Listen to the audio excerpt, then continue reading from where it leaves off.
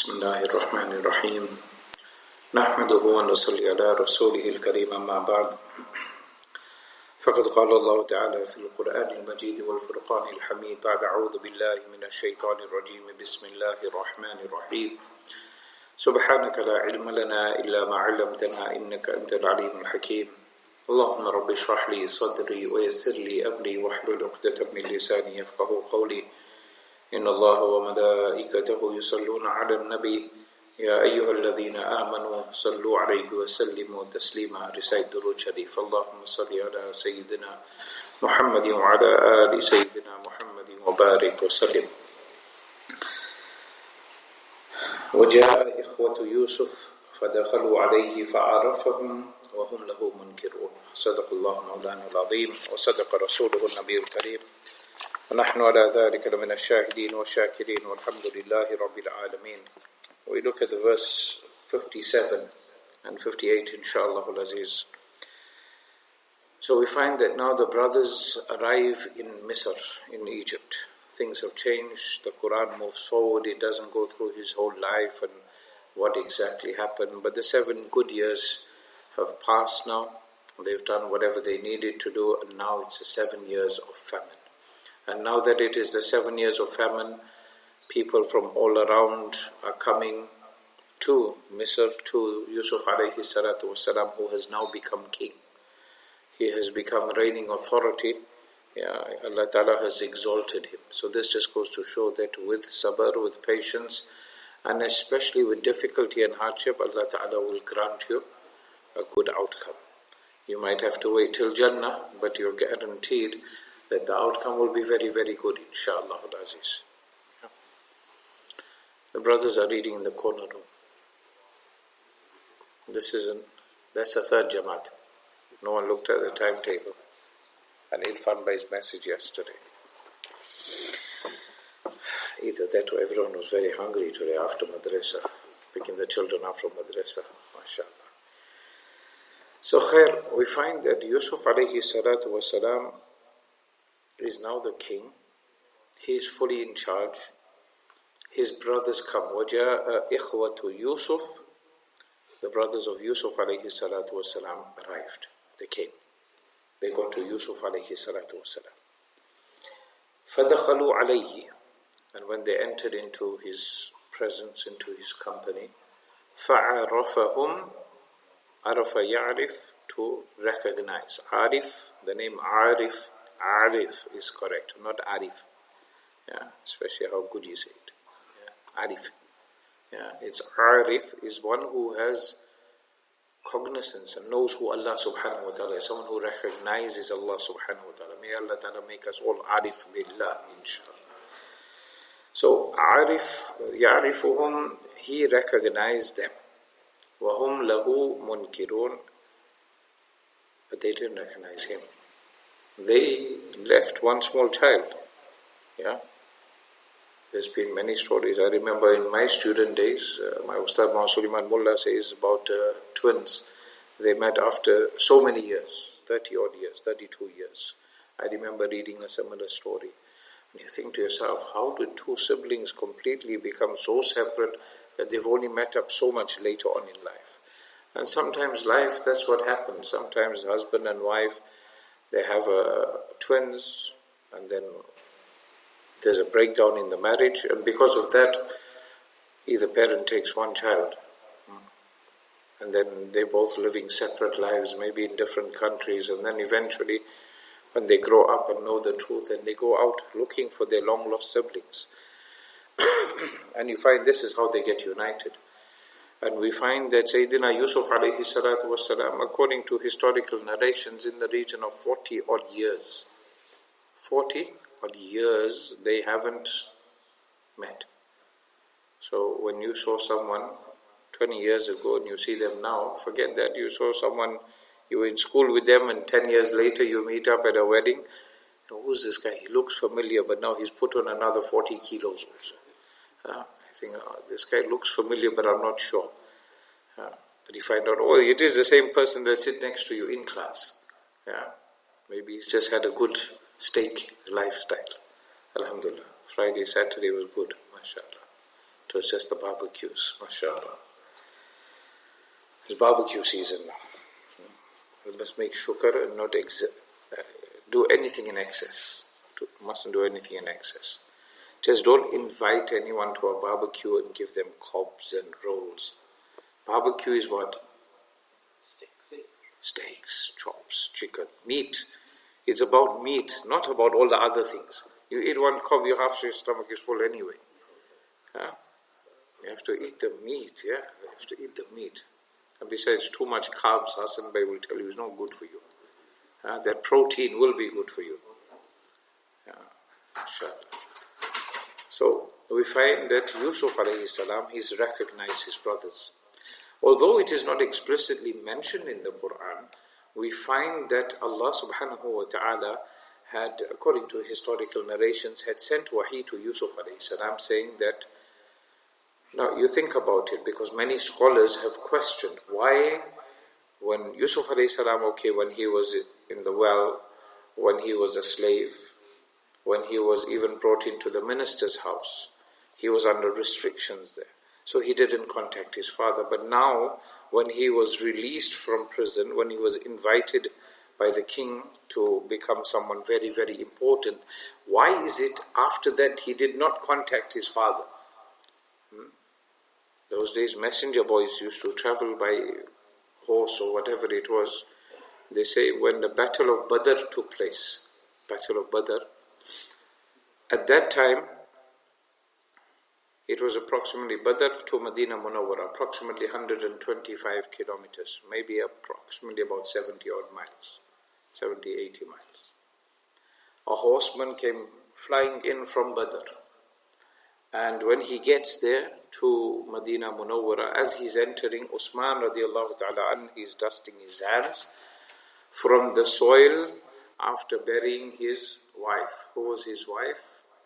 Uthman was known as Dhun Nurayn. Nabi sallallahu alayhi wa sallam's daughters, he was married to two of them. So now at this point, when the person is coming in with good news that the Battle of Badr was successful, and at that time it is mentioned that the polytheists of Makkah,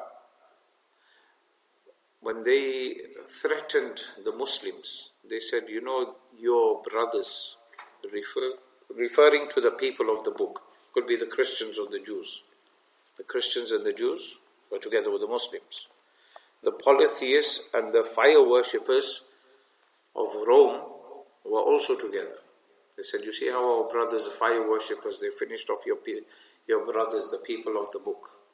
So this alone shows you that, for example, the Reverend came just a little while ago and he came and dropped off a whole lot of food for the food bank. I don't see much of that happening from many masajid. Why? Maybe we need to go out and meet them and tell them to do it. MashaAllah, Mu'adh ibn Jabal have now actually got a collection point. On their own they did that. And on top of that, they even made a generous donation to our masjid food bank. And that's how it should be. So now, what had happened? Allah subhanahu wa ta'ala, 21st para, Surah Al-Rum, Alif Lam Mim, غُلِبَتِ الرُّومِ فِي أَدْنَى الْأَرْضِ وَهُمْ مِنْ بَعْدِ غَلَبِهِمْ سَيَغْلِبُونَ. So at the moment, the Romans have been overpowered.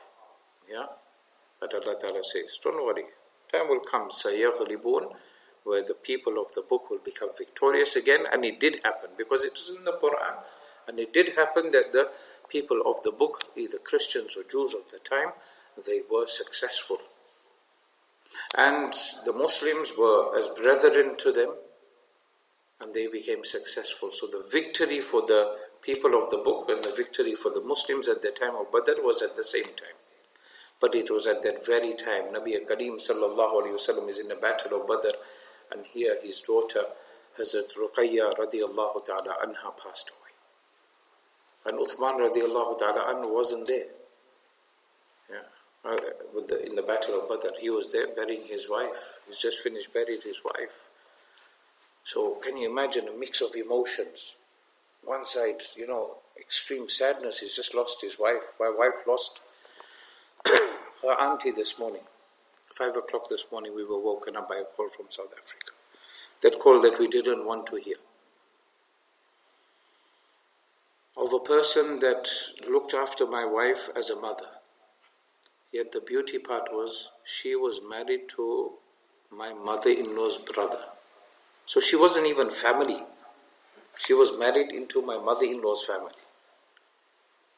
But everyone in the family knew her more.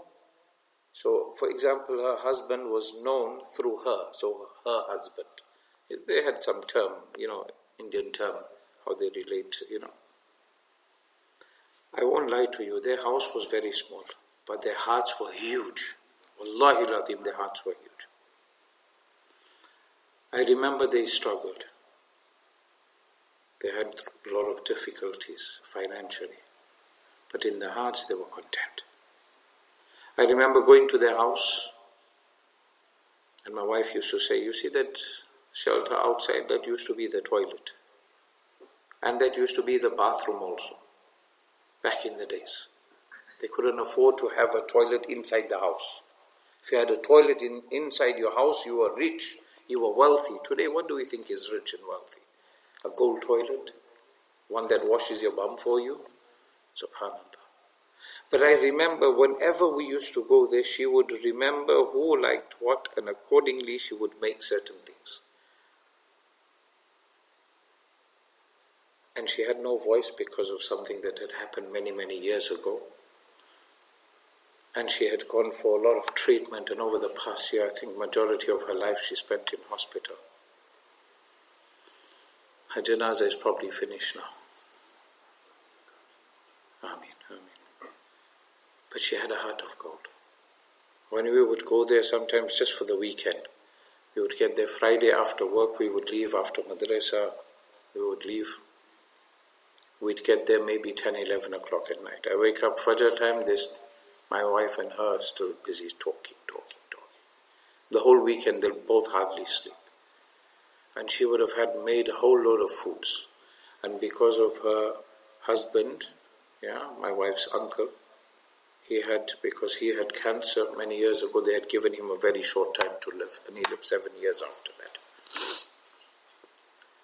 He was very good with his hands, with woodwork. He used to actually make coffins, that was his job. But he used to make lots of other wooden things. As a matter of fact, I've got a cot that he made for my first daughter when she was born, handmade. I've got a unit, a little vanity mirror that he made for my wife. And like that, he made lots of things for a lot of the family members. And that too, with all scrap pieces of wood that they would throw away at work. So he would recycle that. Even at his home, he had done a lot of work. But they would go out of their way. I'm talking about not a young couple. I remember going there to their house, and they only had 2 bedrooms. They would make sure my children sleep on the one bed. That time only had initially when we used to go, and the other room was their bed. They said no.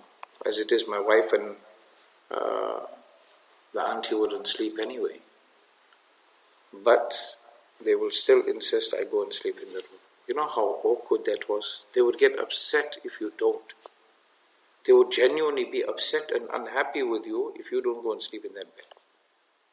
They say, it doesn't matter, I'll sleep on the sofa. And what sort of sofa? It was one of those, I still remember, nice solid wooden, carved. But then it's just got cushions and it's a 2-seater. How does a person who has cancer, who's taking morphine regularly because of that cancer, go through that? As a matter of fact, when they found out he had cancer, they said we have to do emergency operation. Within the first 10 days of that, when they found out, they opened his stomach, and when they opened it, they just closed it back up. And they said, it's not worth doing anything, that's how badly it spread. And then he lived 7 years. But with that difficulty, they would make sure they made you feel like a king in their house. It's not about what you offer your guests. Some people are very wealthy. I've traveled around in my life to many places, and I have found that those who are poor will give you more than those who are extremely wealthy. Especially comparison-wise.